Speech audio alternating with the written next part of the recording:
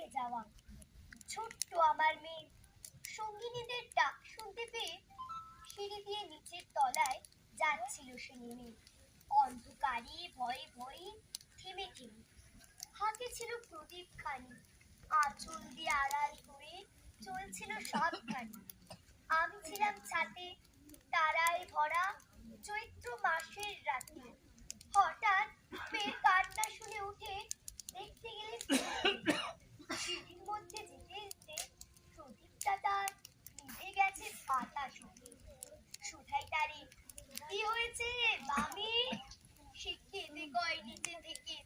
হারিয়ে গেছি আমি টান ভরা চৈত্র মাসের রাতে ফিরে গিয়ে ছাতে মনে হলো আকাশ পানে চেয়ে আমার বামের মতোই যেন অমনি কি এক মেয়ে নীলাম্বরের আঁচল খানি ঘিরে